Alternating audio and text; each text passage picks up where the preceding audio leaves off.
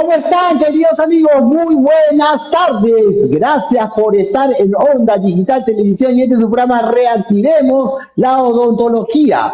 Muchas gracias a todos los amigos que nos siguen a lo largo y ancho del Perú, desde Estados Unidos, desde España, en Europa, en Argentina. Muchas gracias. Realmente un saludo muy cordial a esos amigos de McAllen, allá en Texas. Gracias por estar con nosotros.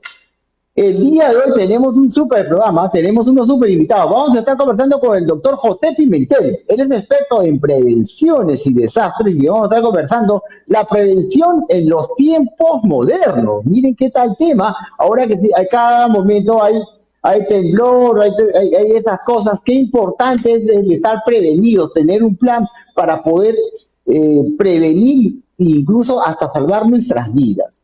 Luego vamos a estar conversando con él caserito en el programa, el doctor Fernando Callirgo. Él es especialista en ortodoncia y ortopedia maxilar. Vamos a estar conversando sobre la cefalometría en ortodoncia. ¿Para qué sirve? ¿Por qué falla?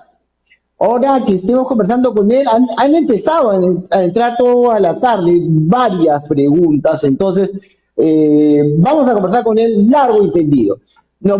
Señor director, nos vamos de frente a la entrevista con el doctor José Pimentel. Doctor Pimentel, qué gusto tenerlo en el programa. Es un placer, este programa se prenden las luces. ¡Wow! José, muy buenas tardes. No te estoy escuchando, José. Tenemos problemas con tu micrófono, con tu audio. A ver si ahí en el switcher lo pueden ayudar al doctor. Algo está pasando, algo tenemos ahí, ahí estamos, creo. A ver, hable, doctor Pimentel, por favor.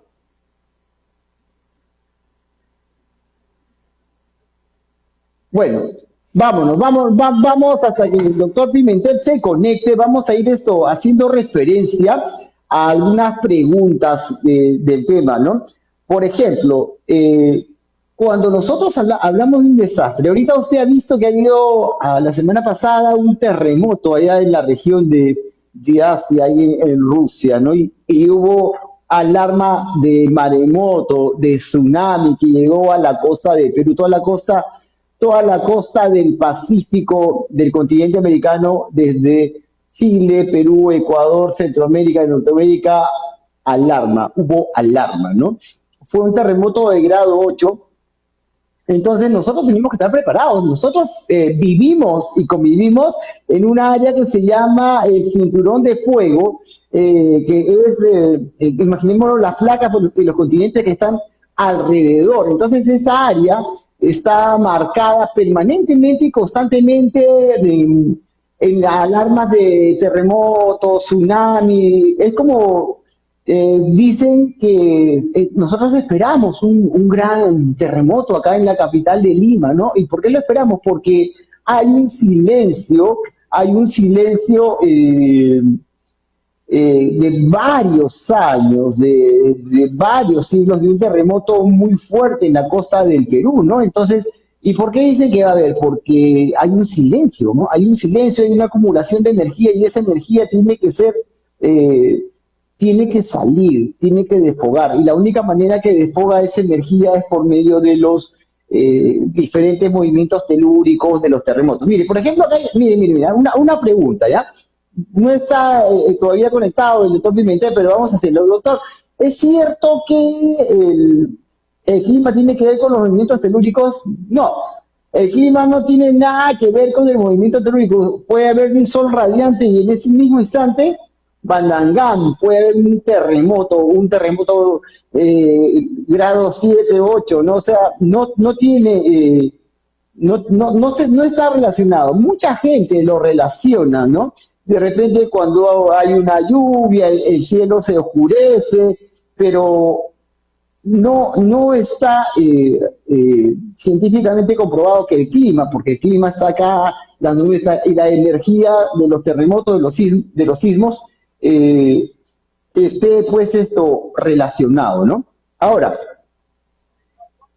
nosotros tenemos que estar preparados. Y para estar preparados, ¿qué tenemos que tener? Tenemos que tener, en primer lugar, una simulación. Tenemos nuestra simulación, hacemos nuestro simulacro. ¿Qué es una simulación? Una simulación, como siempre lo digo, queridos amigos, la simulación es que yo me reúno en mi trabajo, en mi centro de labores, en mi colegio, en mi casa. Vamos a hablar de la casa, ¿ya? De mi consultorio, de mi oficina, de mi negocio. Y yo en un papel agarro un papel, un lapicero y empiezo a decir, normalmente aquí somos 4, 5, 6, 7, 8, 9, 10 empleados, o en la casa está la mamá, el papá, el abuelito, la persona que necesita de repente ayuda para poder movilizarse, la persona que toma medicamentos, el bebé, la persona que no puede caminar, o el niño pequeño.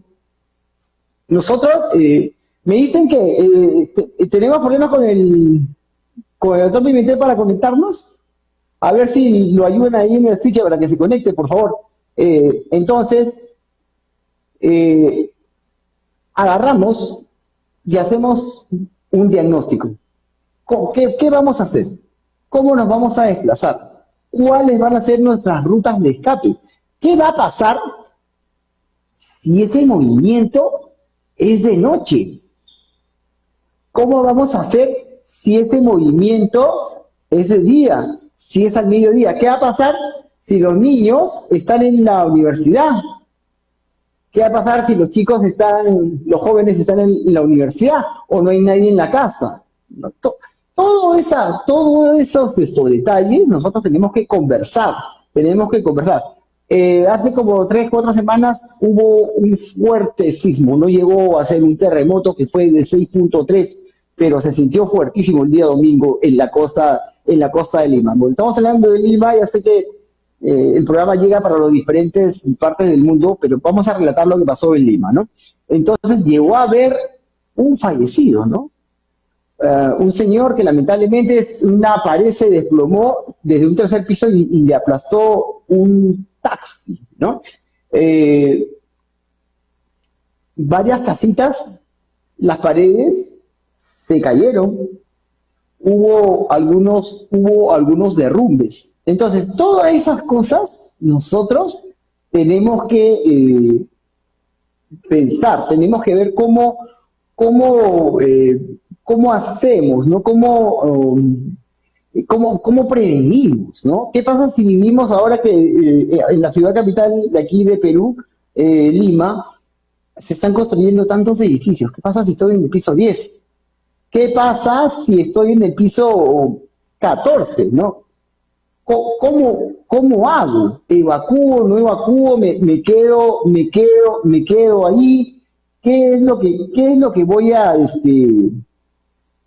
¿cómo voy a hacer, no? O sea, ¿voy a salir, no voy a salir? ¿Qué van a, vive en un edificio, en una construcción nueva? ¿Cómo va a ser? Por decirle en su trabajo. ¿En su trabajo ya tiene un plan? Es necesario que tenemos que tener un plan.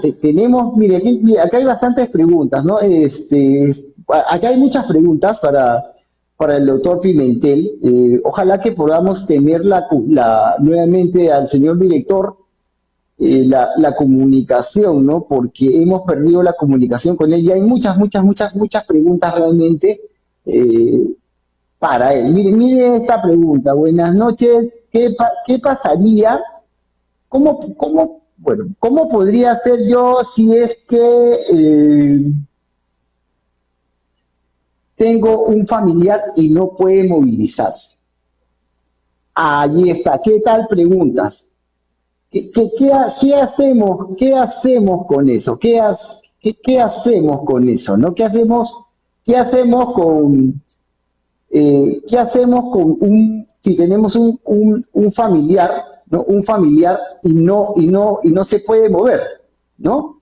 Esa es una buena pregunta. ¿Cómo hacemos para evacuarlo? Por ejemplo, mire, esta pregunta es interesante. Si nosotros tenemos un familiar que tiene medicamentos, ahí está, el doctor Pimentel. Doctor Pimentel, ahí está, lo escucho, lo estoy escuchando, lo estoy mirando, ¿ah? ¿Me escuchas, Yuri? Lo escucho perfecto, lo escucho perfecto. Sí, sí, sí. ¿Cómo ¿Cómo está estás, Yuri? usted, Buenas doctor? Aquí tardes. acérquese un poquito más acérquese un poquito más. Yo aquí resolviendo todas las preguntas que están haciendo, doctor. Así que ahora, doctor, nos están preguntando cuál es la diferencia entre un simulacro y una simulación. ¿Nos lo puede explicar? Claro, mira, un simulacro es lo que comúnmente se plantea, primero, a nivel nacional, el Estado plantea 3 simulacros anuales, ¿de acuerdo?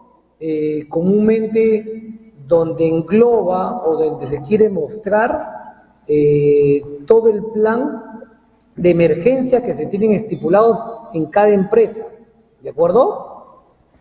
Ese es el simulacro. La simulación son hechos puntuales que puede tener o que podemos prepararnos para determinada eventualidad que se pueda presentar.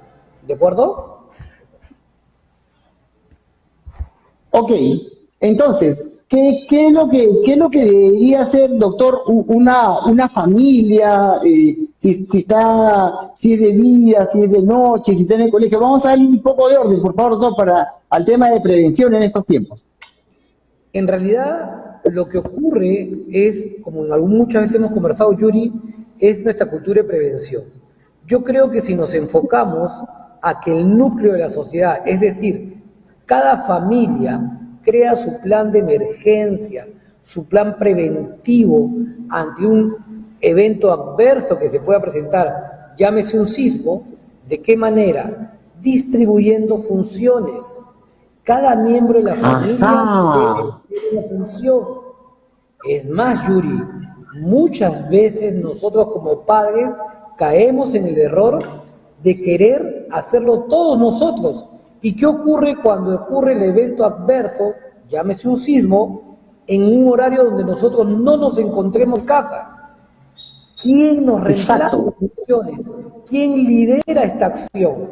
Entonces, el preparar un plan de emergencia, un plan preventivo en el núcleo de la sociedad, que es la familia, es realizar un plan donde cualquier miembro de la familia puede ejercer el liderazgo oportuno llegado el momento. Doctor Pimentel, qué bueno lo que usted está diciendo, ¿no? El liderazgo oportuno, ¿no? Porque de eso va a depender muchas veces el que usted pueda salvar su vida. De eso va, de un liderazgo oportuno, o sea, la prevención, como dice el doctor, ¿ah? Lo que ocurre, Yuri, es de que sencillamente tú sabes que el mundo actual nos manda a hacer trabajo en equipo. Ya nos tenemos que olvidar de esas épocas donde nosotros quizás en nuestra juventud nos hablaba mucho del jefe de brigada, el jefe de tal cosa. No, no, no, no, no. Ahora el mundo actual se mueve en base a trabajo en equipo, distribución de funciones, donde cualquiera de nosotros puede ejercer liderazgo oportuno. Y eso es lo que tenemos que plasmar en casa, en cada uno de los miembros de la familia. Si no está el papá, si no está la mamá, está el hijo mayor, está tal hijo que puede ejercer el liderazgo para poder tener dominio de la escena en determinada eventualidad. Excelente, doctor. Entonces, nosotros, cuando hablamos de prevención, básicamente estamos hablando de tener una cultura, formas y maneras para poder prevenir. Antes, había un lema antes, ¿no, doctor? Prevenir antes que lamentar. Yo me acuerdo mucho de ese lema. Claro que sí. Eso justamente es un plan de emergencia, Yuri. Un plan de emergencia es justamente un plan preventivo que de alguna u otra manera va a lograr que nosotros podamos lidiar mejor ante un evento adverso. Y ojo, Yuri, hace poco estuve conversando con un colega y ¿qué ocurre en Lima, ciudad capital? Muchos lugares, muchos lugares son realmente vulnerables porque nos encontramos frente a suelos aluviales, a suelos de relleno, Villa El Salvador, San Juan del Urigancho, Ventanilla, Chorrillos, Independencia, muchos lugares no están sobre terrenos estables. Si a eso yo le sumo que tenemos ya una situación adversa por las capas teutónicas que han acumulado carga en este silencio sísmico de 279 años. El último sismo de gran envergadura en nuestra capital se desarrolló en 1749 y que tuvo una magnitud casi de 9 grados. ¡Wow! Pero ha habido sismos, pero son pequeños movimientos sísmicos que no nos han ayudado a liberar esas capas teutónicas. ¡Wow! Doctor Pimentel, o sea, realmente si llegara a darse el caso, estamos hablando de cosas realmente cataclísmicas, ¿ah? Desastrosas. Yuri, en realidad nosotros como personal de emergencia es una gran preocupación. Yo muchas veces en aulas les decía al personal que formamos en emergencias prehospitalarias, les decía, ustedes son los llamados a ser la generación del cambio, que cree una ideal cultura de prevención y que de alguna u otra manera formen el primer mecanismo de respuesta ante un evento de gran envergadura. Yuri, la pandemia nos desnudó en el área de salud, la pandemia nos dejó muchas cosas claras. El Organismo Mundial de la Salud dice que para la población que nosotros tenemos en Lima, ciudad capital, deberíamos tener más o menos un promedio de 120 hospitales. Nosotros llegamos solamente a la cuarta parte, Yuri, a la cuarta parte. Entonces, imagínate, ¿cuál van a ser nuestros mecanismos de respuesta si no tenemos cultura de prevención y si no minimizamos la tasa de mortalidad? Vamos a tener una situación demasiado adversa que nadie la va a poder controlar. Todos tenemos que colaborar para mejorar la cultura de prevención. Lo que dice el doctor es muy cierto, ¿no? O sea, lamentablemente nuestro sistema de salud, en primer lugar, es antiguo. O sea, los hospitales son antiguos. Ese gran hospital como es el Arzobispo Loaiza, donde tuve el honor de hacer mi internado. ¿Vas a aportar un grado 7, 8? De ninguna manera. En Callao, hospitales también muy antiguos. Entonces, imagínese usted, querido amigo, colega, ¿cuál es el escenario? ¿Es esto terrorífico, doctor? Terrorífico. Ahora, hay que ser hidalgos en reconocer muchos errores que se han cometido. Hace unos años nos decían que el Perú va a contar alerta sísmica. Se instalaron 106 sensores a lo largo del litoral peruano. Sin embargo, nosotros nos hemos dado cuenta que en la práctica esto aún no funciona de manera ideal. Entonces, no tenemos aún ese mecanismo que por lo menos nos ayude algunos minutos o unos segundos antes de producirse el sismo para colocarnos a buen recaudo. Todavía no existe eso. Entonces, ¿qué nos queda? Porque tampoco nos podemos quedar con los brazos cruzados. No podemos esperar, no, tal persona tiene la culpa, no, tal institución tiene la culpa, no.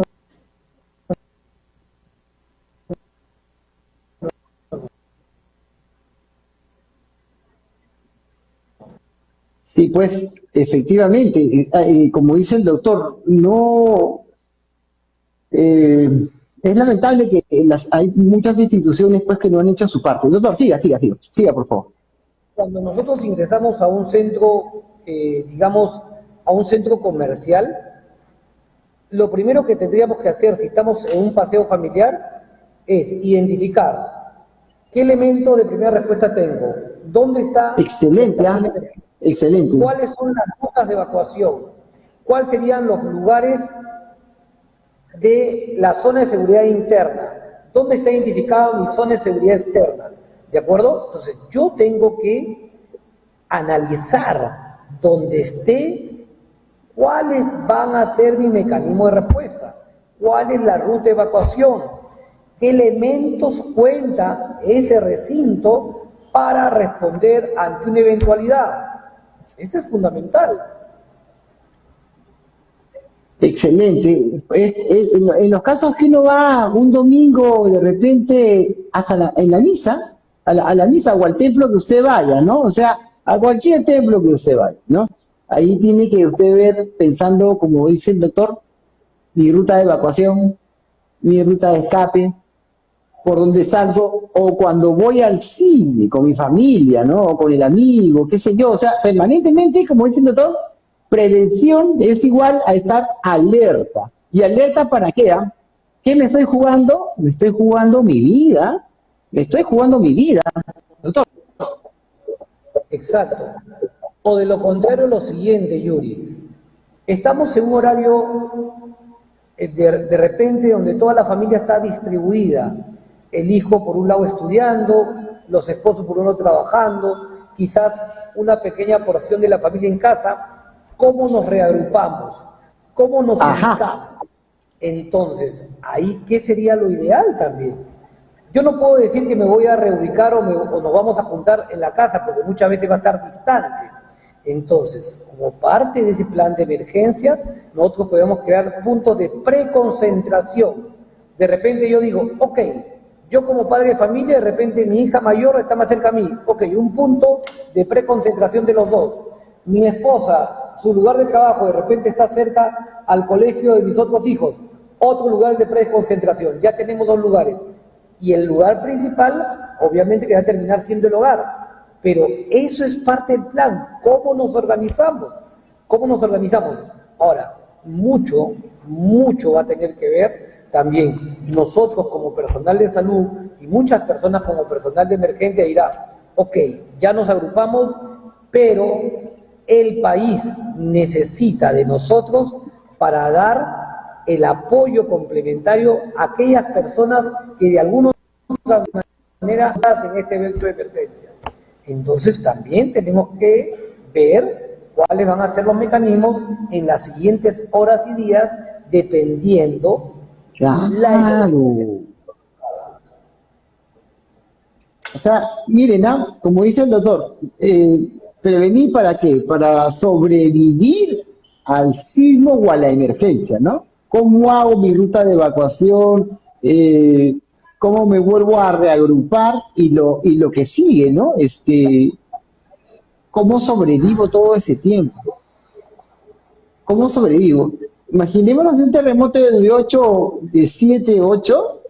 Lo que va a pasar es lo siguiente: las tuberías de agua que están por las pistas, por las veredas, se acabó. Colapso. Esto es lo primerito que se va a romper. Se acabó. ¡Bam! Se quedó sin agua. Doctor, eso va a pasar en muchos sitios. Exacto. ¿Y qué va a crear ello? Que sencillamente vamos a estar ante una atmósfera adversa para poder sobrevivir en los siguientes momentos, en las siguientes horas, en los siguientes días. Si a eso le sumo que quizás, como hace años en el 2007, en el terremoto de Pisco, hubo un sinnúmero de víctimas y con el pasar de las horas también esos organismos se van necrosando, más el efecto adverso producido por las tuberías que colapsan, se imaginan, se va a crear focos infecciosos por todos lados. Entonces, esto enmarca, Yuri, que si bien es cierto, estamos apuntando a que la población tenga su primer mecanismo de respuesta a nivel de familia como núcleo de la sociedad, pero a su vez nos tendríamos que organizar como sociedad y a su vez como institución y a su vez como gobiernos locales y a su vez como gobierno nacional. O sea, todo es una cadena de respuestas para poder, de alguna u otra manera, ayudarnos paulatinamente entre unos y otros para poder brindar la mecanismo de respuesta para poder superar estas eventualidades que se van a producir,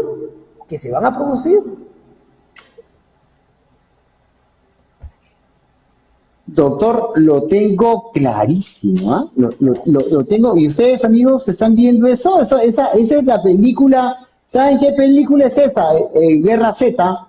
Esa es Guerra Z, los mutantes, pero no son mutantes, somos nosotros que nos quedamos sin agua, sin comer, Sí, y sin luz. Póngase a pensar. ¿Y los celulares cómo los cargo? ¿Cómo me comunico?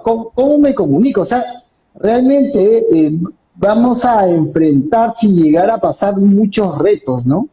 Muchos retos vamos a tener que pasar, ¿no? Yo recuerdo, realmente va a ser duro. Doctor, La mejor manera, como en algún momento nos hemos puesto nosotros como personal de salud en situaciones adversas para suponer escenarios, la mejor manera es que nosotros imaginemos el peor escenario para prepararnos de la manera más ideal. Algunos solamente se guían, por ejemplo, si alguien te dice en algún lugar, esta es la mochila de emergencia, y tú solamente te limitas a lo que te dicen en esa relación, pero tú tienes que pensar en más grande. Tú tienes que pensar que de repente, como tú bien dices, el evento adverso lo voy a tener no horas, sino días. Entonces, ¿qué voy a necesitar para días? ¿O qué voy a ver para complementar mi respuesta? Entonces, tengo que quedarme escenarios grandes para tener mejores respuestas.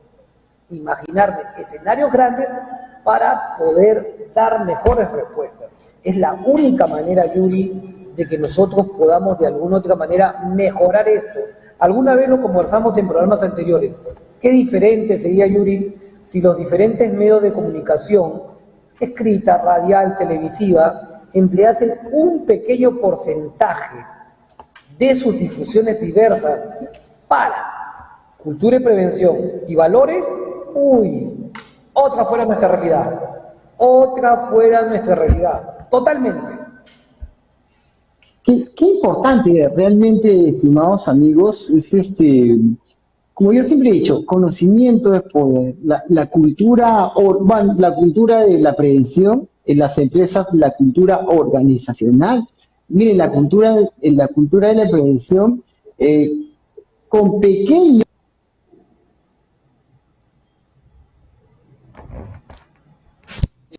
salvar nuestras vidas, podemos salvar a nuestras familias, ¿ah?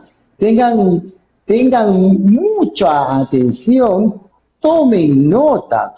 Eh, Doctor, una pregunta, mire, aquí, ¿no? Una señora pregunta, doctor, ¿a quién puedo,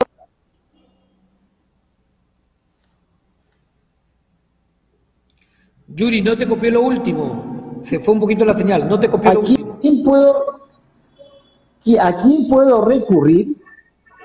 A los bomberos, si hay a la Cruz Roja, algún instituto o algo para que yo poder aprender más sobre esto. Perfecto. Muy buena pregunta. Idealmente, Buena pregunta. La gente quiere aprender, cada, ¿eh? idealmente cada gobierno local tiene una oficina de primera respuesta de INDECI, que es Defensa Civil.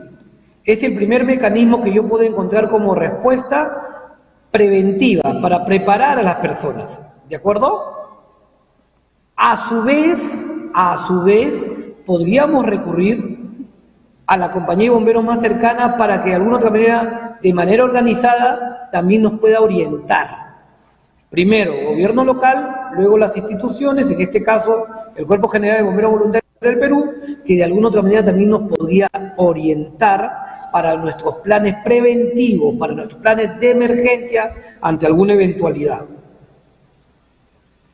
Excelente. Una poco de preguntas, doctor, por favor, antes que no gane el tiempo. Nos dice, doctor, ¿usted qué nos recomienda con respecto a la comida? Ok, comúnmente se sugirió desde varias difusiones que en la mochila de emergencia se coloquen alimentos no perecibles, comúnmente alimentos en latas, conservas que contienen preservantes, galletas, agua, que es muy importante.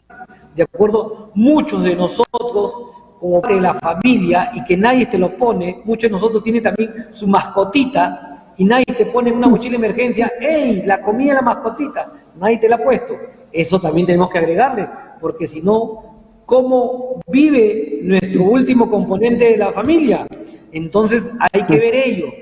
Tenemos que prever eso. Ahora, tenemos que prever para cuántos días vamos a tener las raciones correspondientes.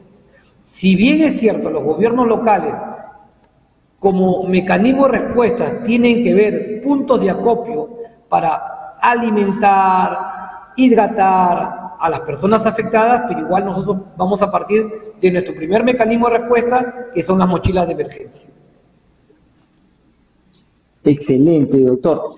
No, vamos con otra pregunta. Doctor, vivo en el piso 16 de un edificio. ¿Debería de bajar, intentar bajar o quedarme ahí? Ok, perfecto. Eso es lo que muchas veces hemos analizado.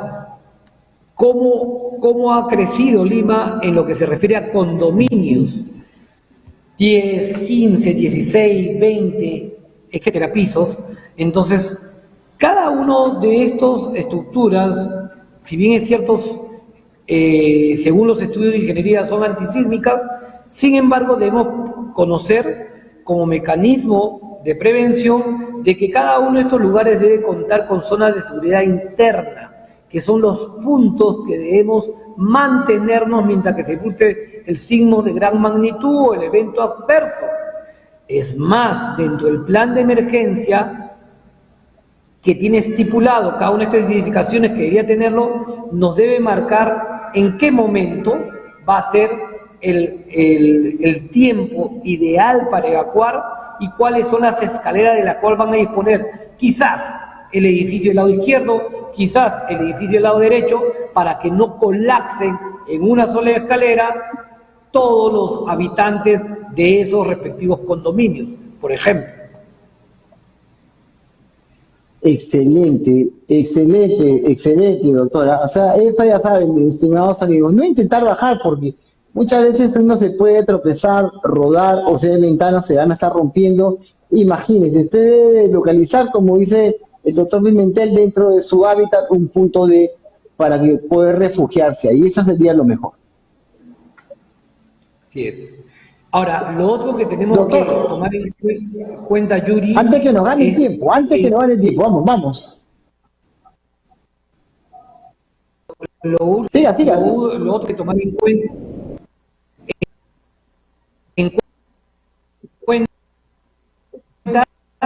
es que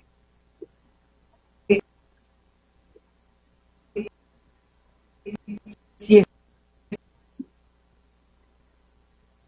Ajá.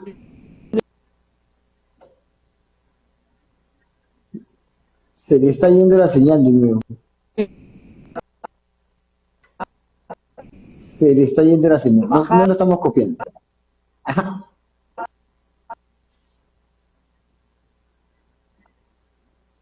Bueno, ya está. Vamos a dejarlo ahí. Espero que doctor Pimentel, ha sido un gusto tenerlo en el programa realmente. Mil disculpas, estimados amigos, la señal pues está un poco ahí, está un poco malita. Doctor Pimentel, muchas gracias por haber participado. Espero tenerlo, como siempre. Siempre nos pasa esto, doctor Pimentel, nos quedamos sin tiempo, nos cortan o falla la señal. Esas cosas, imagínense ustedes, post terremoto, ¿no? Terrible, realmente. Bueno. Yo quiero volver a invitar para poder conversar. Me han llegado muchos mensajes, muchas cosas con respecto a la invitación que hice para el señor decano, el doctor José Ricardo Rojas Rueda. Le reitero la invitación para que venga a conversar acá, a conversar, a no debatir. Y puede venir también con su señor asesor, el señor Silva Arón, Herbert Silva Arón, y a los dos, el señor Ricardo Rueda y el señor Herbert Silva Arón, con los dos puedo conversar sin ningún problema. Ustedes pueden poner cuando ustedes quieran, ¿verdad?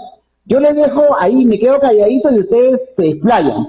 La invitación está hecha, entonces cuando ustedes quieran pueden venir acá, los dos juntos, o uno por uno, no hay ningún problema. Vámonos a la pausa, regresamos.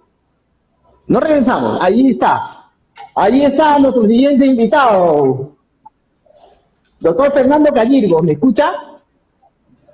Hola Yuri. ¿Cómo está usted, doctor? Muy buenas tardes, buenas noches ya.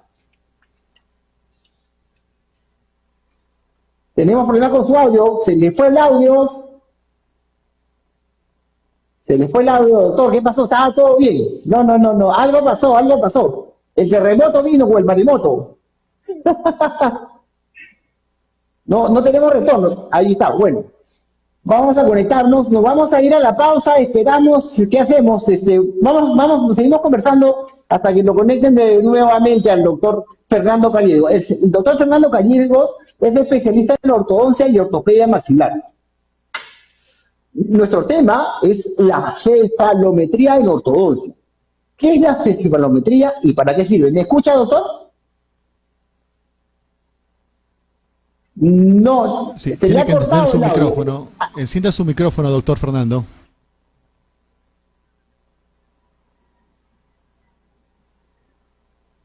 Su micrófono está apagado, préndalo. Lo volvió a apagar, una sola vez. El clic es una sola vez. Ahí, perfecto. ¿Sí? Perfecto, ¿se lo escucha? Perfecto, doctor Fernando. Que las preguntas están entrando, la gente quiere saber de la ortodoncia, mire, en un 2x3, en un 2x3. Ajá. Buenas noches, Yuri. Como siempre es un gusto estar aquí contigo. Estaba escuchando al doctor Pimentel, muy interesante, ¿no? Lo que estaba comentando con respecto a la prevención.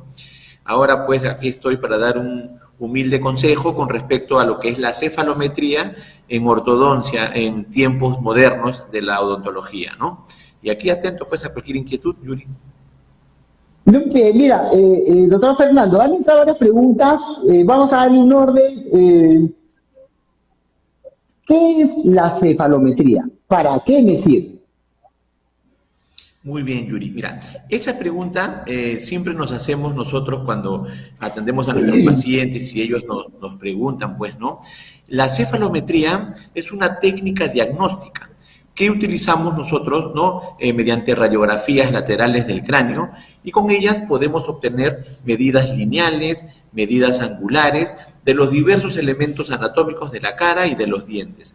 De esta manera ofrecemos importante información para un análisis cefalométrico. Ajá, entonces la cefalometría me va a servir para hacer un diagnóstico. Así es. Mira, te comento. En la ortodoncia existen 3 pilares importantes para el éxito del tratamiento. Estos pilares son el diagnóstico, la planificación y la biomecánica. La biomecánica y la planificación son términos, wow, hay libros de ello, ¿no? Ahora vamos a hablar de lo que es diagnóstico. Yo siempre considero que mientras hagamos un buen diagnóstico, vamos a tener un buen plan de tratamiento y por ende un éxito rotundo en lo que el paciente nos busca, ¿no? Dentro del diagnóstico existe un punto muy importante que es la cefalometría. Nosotros le damos una orden a nuestro paciente para que ellos se realicen una radiografía panorámica y una radiografía cefalométrica. Esta radiografía cefalométrica nos sirve para que nosotros analicemos la inclinación de los incisivos superiores, la inclinación de los incisivos inferiores, cómo está creciendo el maxilar superior y cómo está creciendo el maxilar inferior. De esta manera vamos a tener una mejor idea de cómo vamos a planificar el tratamiento. Excelente, doctor. Entonces, yo como paciente o si quiero llegar a un niño pequeño o un adulto, lo que siempre les digo, queridos amigos, nosotros tenemos que ir al cirujano dentista de nuestra preferencia. ¿Para qué? Para hacer prevención, para que sea hacerme mi profilaxis, mi limpieza, mi curación chiquita. Si tengo mis dientecitos torcidos, giroversados, mi maxilar así, el cirujano dentista dé la alarma y usted pueda dirigirse al especialista, al ortodoncista, y entonces quiero mi tratamiento de ortodoncia y ahí el doctor Gallegos dice, necesito un diagnóstico, pido una cefalometría, y la cefalometría ¿para qué me sirve? Para hacer un mejor diagnóstico. No, si nosotros no somos capaces de hacer un buen diagnóstico, nuestro tratamiento va a estar bien turbulento. ¿Es así, doctor? Claro que sí, Yuri. Como tú bien dices, actualmente lo que está ocurriendo en nuestro país es que obviamos un poco la cefalometría, ¿no? Queremos hacer una planificación solo con radiografía panorámica. Yo te voy a comentar que ocurre muy comúnmente en algunas clínicas donde yo trabajo que solamente hacemos la planificación con radiografía panorámica. Eso es un error. ¿Por qué? Porque no tenemos lo que está pasando con el paciente a nivel sagital, el incisivo superior, el incisivo inferior, la mandíbula, la maxila. La panorámica no me va a dar información sobre ello. Y número dos, es un requisito indispensable del MINSA que nosotros como ortodoncistas tengamos el protocolo obligatorio de tener radiografía panorámica, radiografía cefalométrica, modelos de estudio, fotografías clínicas intraorales y fotografías clínicas extraorales. De esta manera nosotros vamos a poder hacer un correcto diagnóstico y por ende una correcta planificación a nuestro paciente. Excelente. Una pregunta, doctor Fernando. ¿Y qué pasa? Muchas veces esas cefalometrías no nos dan los valores normales, ¿no? Porque nosotros somos una mezcla, pues, ¿no? Nosotros tenemos de todo un poco, ¿no? Y esas referencias, esos valores vienen, pues, del norte del mundo, que, ¿no? Entonces, coméntenos, ¿cómo estamos manejando eso?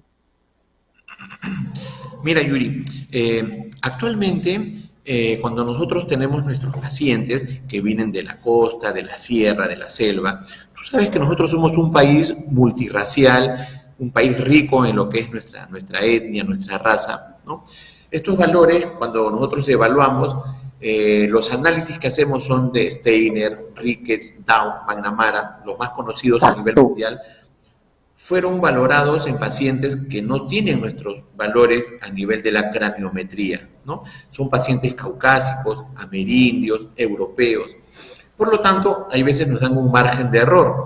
Este margen de error nos puede llevar a un error geométrico y podemos interpretar de una manera equivocada nuestra planificación. Entonces, nosotros estamos trabajando en un sistema en la cual, mediante 300 o 500 radiografías de pacientes netamente peruanos, de la costa, de la sierra y de la selva, podemos hacer una normativa que calce exacto en los pacientes que acuden a nuestra consulta y no tener estos errores geométricos y no tener un error al momento de planificar. O sea, está así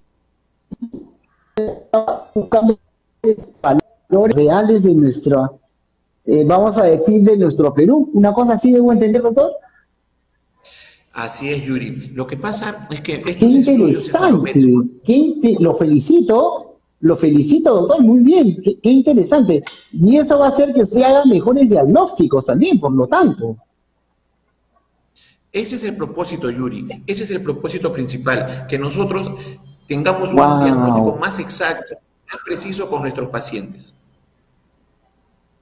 Excelente, excelente. Y esto, ¿cómo se va a llamar así como Steiner, como Rique, cómo le va a poner, doctor? Bueno, realmente, Yuri, esto es un proceso largo, es una investigación bastante compleja. Todavía estamos trabajando con nuestros especialistas en ortodoncia, en cefalometría. Tengo apoyo de algunos ortodoncistas nacionales e internacionales que me están ayudando, me están apoyando en este sistema para que nosotros podamos, dentro de poco tiempo, ya poderlo dar a conocer y que sea útil para nuestros pacientes y para la comunidad odontológica en nuestro país, ¿no? Yo quisiera, señor director, si puede poner algunas imágenes que el doctor ha mandado. No sé qué ha pasado con las imágenes. Parece, doctor, que nos han boicoteado las imágenes, los videos, todo. No sé qué ha pasado con la producción, así que le pido mil disculpas. Me dicen que está habiendo problemas con el switcher, había una baja de tensión, por ello ojalá que lo puedan poner para poder mirarlo. Doctor, una pregunta del público. Doctor, buenas noches. Tengo una hijita de 12 años y quiero que se inicie su tratamiento de ortodoncia. ¿Es obligatorio tomarle una cefalometría? Bueno, no es así, es también dígalo usted, doctor. Mira, te comento, Yuri, todos los pacientes que acuden a la consulta para un tratamiento de ortopedia o un tratamiento de ortodoncia deben realizarse radiografía panorámica y radiografía cefalométrica, por dos motivos. Una batería. Así es un requisito indispensable para el diagnóstico. Y número dos, va a ser una planificación más certera, una planificación más real para que haya éxito en el tratamiento.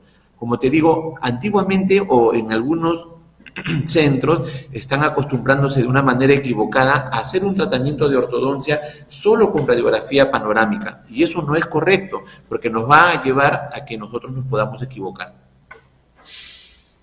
Excelente. Doctor, ¿podemos seguir con las preguntas, por favor? Doctor, ¿a qué edad me recomienda? Mi hijita lo ha llevado y me dice que tiene dentición mixta. ¿Ya puedo empezar con su tratamiento? ¿Qué tendría que esperar? Ajá. Mira, Yuri, esa pregunta es muy común. Siempre los papás, las mamitas, tienen dudas con esta inquietud, ¿no? ¿A qué edad debemos empezar? Mediante la radiografía cefalométrica, nosotros podemos determinar el crecimiento o la tendencia del crecimiento de los maxilares de nuestro paciente. Desde los 6, 7, 8, 9 años ya podemos redireccionar el crecimiento del maxilar, redireccionar el crecimiento de la mandíbula. Mediante los análisis diversos que existen, nosotros podemos ya hacer una planificación para que nuestro paciente vaya desde tempranas edades de la vida colocando los maxilares de una manera correcta, ¿no? Excelente. Otra pregunta, doctor, de aquí doctor, tengo un niño de 8 años y que me han recomendado que empiecen su tratamiento de ortopedia, de ortodoncia por fases. ¿A qué se refiere eso? Ok. Cuando nosotros Esa tenemos es una buena pregunta, ¿no? Porque si empezamos un tratamiento de ortodoncia muchas veces, queridos amigos, pues, y decimos, wow, se va a llevar 5, 6, 7 años, el niño se va a aburrir. A ver, doctor, disculpe que lo haya interrumpido, por favor. No, claro que no, Yuri. Estaba pensando en la pregunta de la paciente, de la señora en mención. Cuando nosotros hacemos un tratamiento temprano, equivale a decir 6, 7, 8 años, lo hacemos en fases. ¿Por qué? Porque mediante una ortopedia nosotros podemos direccionar el crecimiento de los maxilares. Luego de ello ya viene la segunda fase, que es la fase de ortodoncia fija, con los brackets o actualmente con los alineadores. Pero mediante una ortopedia temprana podemos redireccionar el crecimiento de los maxilares. ¿Y cómo lo vamos a hacer? Justamente con el tema de hoy, la cefalometría. La cefalometría nos va a ayudar a nosotros planificar si el maxilar superior está bien o no ubicado, o la mandíbula está bien ubicada, o tenemos que redireccionar. Claro. Por eso es importante. Doctor, entonces, ¿cómo le podemos decir al padre de familia o a la madre de familia, vamos a hablar en este caso, que podemos llevar un tratamiento de ortodoncia por fases? ¿Qué le podemos decir? Claro que sí. Lo primero que particularmente recomendamos a los pacientes es hacer un diagnóstico, ¿no? Este diagnóstico, como te vuelvo a comentar, equivale a una radiografía panorámica, una radiografía cefalométrica, fotografías clínicas, modelos de estudio, o actualmente estamos haciendo escaneo intraoral, y mediante todos estos exámenes le explicamos al papá, explicamos a la mamá cómo es que vamos a trabajar el tratamiento. Por ejemplo, hay veces el niño tiene un problema transversal. La primera fase, ¿cuál va a ser? Una expansión. Hay veces el niño tiene un problema sagital. La primera fase, ¿cuál va a ser? O avanzar o retroceder los maxilares. Hay veces el niño tiene un problema vertical. La primera fase va a ser direccionar el crecimiento hacia arriba o direccionar el crecimiento hacia abajo. Y en la segunda fase ya vienen lo que son los brackets o los alineadores invisibles.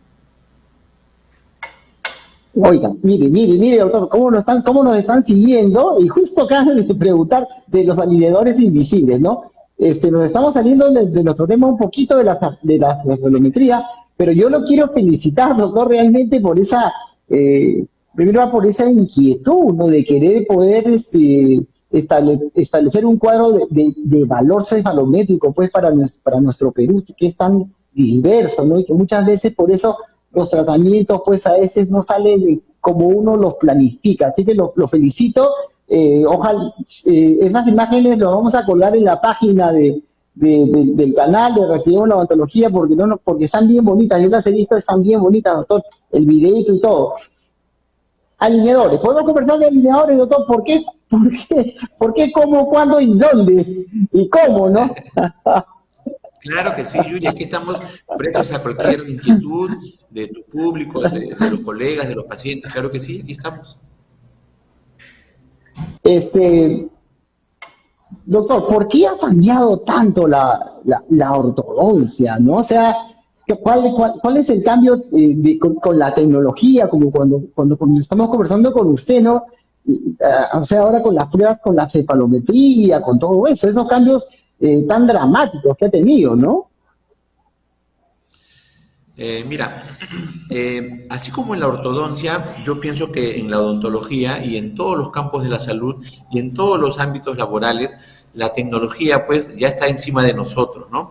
Te comento, antiguamente nosotros hacíamos la cefalometría de manera analógica, nosotros teníamos que trazar con nuestro lápiz, con papel cefalométrico, ¿no? Lo que nos enseñan en la universidad, en el pregrado, y teníamos que interpretar estos valores numéricos angulares, lineales, y explicarle al paciente si el problema es en el maxilar superior, si el problema es en la mandíbula, si el problema es dentario, ¿no? Actualmente las herramientas digitales han llegado para quedarse, ¿no? De tal manera que nosotros, haciendo un clic, ya podemos, mediante softwares amigables, darle esta información a nuestro paciente, darle esta información a los colegas, ¿no? Y invitarlos a que sigan capacitándose, a tener siempre conocimientos más digitales. La tecnología, pues, está a pasos agigantados, ganándonos en todo aspecto, Yuri, tú sabes, ¿no? Oiga, yo me he quedado impresionado, pues porque, vamos a decirle, el otro día, estaba caminando por un mall, vamos a decirlo, aquí en Perú, y entonces me contaba un amigo que él veía que los alineadores invisibles, pues ahora los mandan a la casa, ¿no? O sea, a ese grado de esa venta que prácticamente así lo están manejando. No sé si qué terrible, qué interesante o qué bien, no sabría realmente, doctor, cuál sería esa opinión, pero yo creo que interesante, interesante y terrible, porque qué bien, ¿no? Porque, estimados amigos, o sea, tiene que haber un especialista, alguien que controle ese tratamiento, o sea, no hay forma. No sé, doctor, por favor, su opinión. Ya faltamos del tema, ahora sí. Ahí está. Ajá. Claro, Yuri, justamente estoy viendo ahí las imágenes que te pude compartir. Gracias, señor director, gracias. El éxito del tratamiento de ortodoncia tiene mucho que ver con los tres pilares, como te comento, ¿no? El diagnóstico, la planificación y la biomecánica. Siempre el diagnóstico es el pilar más importante para mí, ¿no? Hacer un análisis cefalométrico, evaluar las terceras molares, el tamaño de las raíces, cómo está respirando el paciente, cómo está la posición del maxilar superior, de la mandíbula. Estos pacientes que tú puedes ver en pantalla son pacientes que los he tratado yo y son pacientes que realmente tienen un origen quirúrgico, ¿no? Tienen que ser operados para ser resueltos. Pero yo los he manejado de manera ortodóntica, de manera ortopédica, mediante el sistema RAT-Imagen, que es el sistema que yo estoy trabajando, para poder, digamos, devolverle al paciente una salud, digamos, facial, dentaria, y a nivel a la altura de lo que ellos necesitan y merecen, ¿no? Doctor, excelente, excelente. O sea, ahora, estimados amigos, entienden por qué es importante la cefalometría. Miren qué bonito. Doctor, por favor, seguimos. Claro que sí. Podemos observar en pantalla los resultados finales de los pacientes que hemos atendido. Si te das cuenta, no hemos realizado extracción de ningún premolar. Hemos hecho un análisis cefalométrico basado en paciente peruano, mediante una cefalometría muy exacta, mediante una planificación muy precisa, y los pacientes que son quirúrgicos fueron tratados netamente con ortodoncia y ortopedia gracias a una cefalometría bien manejada. Excelente, doctor, excelente, excelente. Ajá, ahí estamos viendo más imágenes. Miren, miren qué bonitas imágenes del trabajo que hace el doctor. ¿Ah? Qué bonito, doctor. Realmente lo felicito, doctor Fernando. Ajá. Sí, claro que sí, Yuri. Ray Imagen. Sí, Rat Imagen es un centro de diagnóstico por imágenes que está situado en Coméntenos. Los Olivos, donde tenemos ¿no? el trabajo con los ortodoncistas, donde venimos, digamos, calibrando el sistema de los pacientes peruanos para ser cada día más exactos en la planificación y devolverle y darle a los pacientes una correcta salud odontológica, ¿no? Que es nuestro principal motivo de estar aquí, ¿no? Listo, doctor. Quiero agradecerle como siempre su presencia. ¿Dónde algún número de contacto, por favor? Sí, claro que sí. Nosotros damos una, digamos, capacitación en lo que es ortodoncia básica, ortodoncia intermedia, ortodoncia avanzada con alineadores. Yo soy el doctor Fernando Callirgos, te agradezco siempre, Yuri. Nos pueden comunicar al 995-99-1201 para cualquier inquietud. A los pacientes también que desean atenderse con nosotros, nos pueden escribir o nos pueden llamar y siempre estamos prestos para compartir contigo. Siempre es un placer, Yuri. Te agradezco por la invitación y estamos siempre para conversar. Doctor, para nosotros tenerlo acá es un placer. Muchas gracias, doctor. Gracias por haber estado con nosotros, doctor Fernando Callirgos. Buenas, gracias.